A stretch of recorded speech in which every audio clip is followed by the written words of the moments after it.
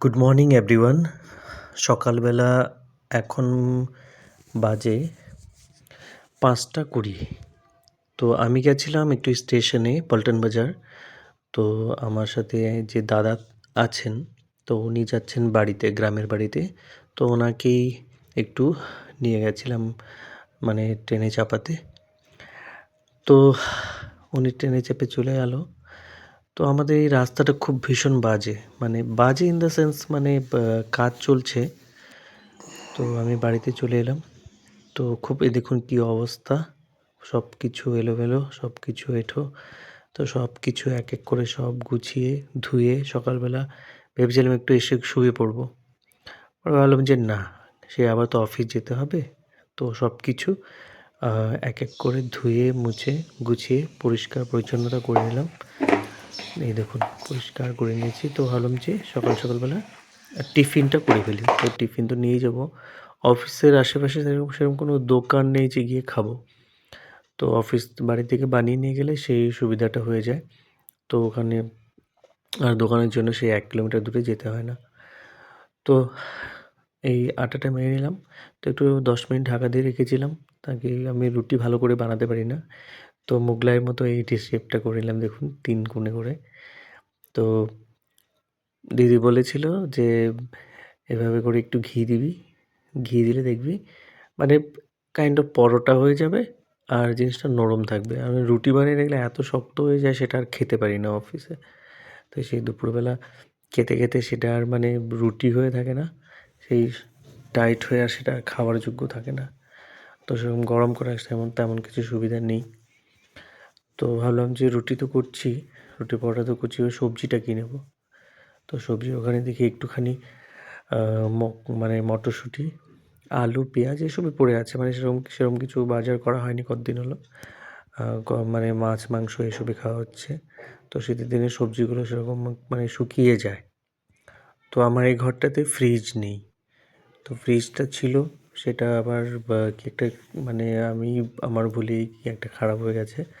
ওটা আবার সারাতে দিয়েছিলাম, আমাদের এত টাকা চাইছে, নতুন চলে আসবে, আর আনিনি। তো এই দেখুন আমি এক এক করে বেলে নিচ্ছি।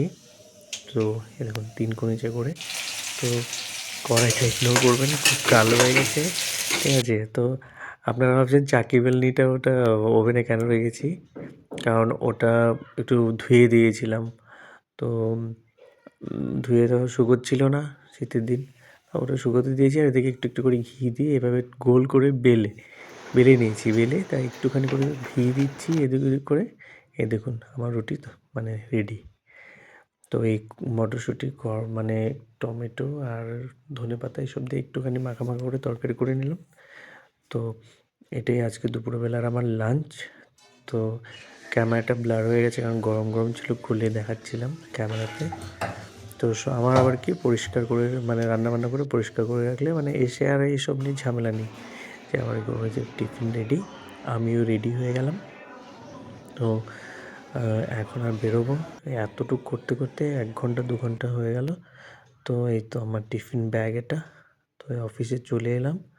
তো পুজোটা দিয়েছিলাম, সেটা দেখাইনি। আমার পুজো ঘরটা অন্য একদিন দেখাবো। তো এক এক করে কাজ করছি, কাজ করে করে তারপর দেখি আস্তে আস্তে সারাদিন কাজ করলাম। কাজ করার পরে আস্তে করে 6টা বেজেই গেল। তো মানে 6টা বাজার পরে মানে ওয়েটও করছিলাম যে আজকে 6টা কেন তাড়াতাড়ি বাজছে না। সারাদিন কাজ করেই যাচ্ছি, এক এক করে চলে আসছে। কী বলবো বন্ধুরা, কাজ করেও নাম নেই অফিসে। এটা সবার অফিসে একই, কিন্তু কী করবো, পেটের দায়, কাজ তো করতেই হবে যেখানেই থাকি না কেন। তো চশমাটা পরে মানে এটা আমার প্রোটেকশন অ্যাকচুয়ালি, চশমাটা চোখের জন্য, মানে নাহলে খুব মাথা ব্যথা করে।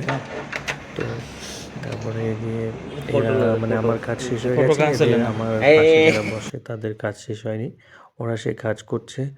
মানে তারপরে আমি বারবার করে ঘড়িটা দেখছি, দেখুন জুম করে। তো আমার সামনেই ঘড়িটা দেখা যায়, দেখুন আমি জুম করে দেখি 6টা বাজে। তারপরে একটু ওদের জন্য ওয়েট করছিলাম যে সবাই একসাথে বেরোবে, একটু চা খেয়ে তারপর বাড়ি যাব। বোরিং হচ্ছিলাম, তারপর হচ্ছে একটু ভিডিও করে নিই, আপনাদেরকেও বলে দিই, দেখিয়ে দিই। এই দেখুন কাজ করছে, রাউন্ড খুঁজছি। এই আমি বাড়ি চলে এলাম। তো এই হচ্ছে আমার ঠাকুর, ঠাকুর একদিন পুজো, তারপরে বিকেলবেলা একটু চা নিয়ে বসে, তারপর আমার মুড়ি খেতে খুব ভালোবাসি। এটা নিয়ে আমাকে অনেকেই খ্যাপায় যে তুমি বাঙালি যেখানে থাকে মুড়ি খাবি। ব্যাঙ্গালোরে ছিলাম, কলকাতায় ছিলাম, সব জায়গায় আমার মুড়িটা চাই আর চাটা চাই। তো আমার একটা কৌটো থাকতো, এখানে ঠিক একটা কৌটো আছে, তো খুব ভালো।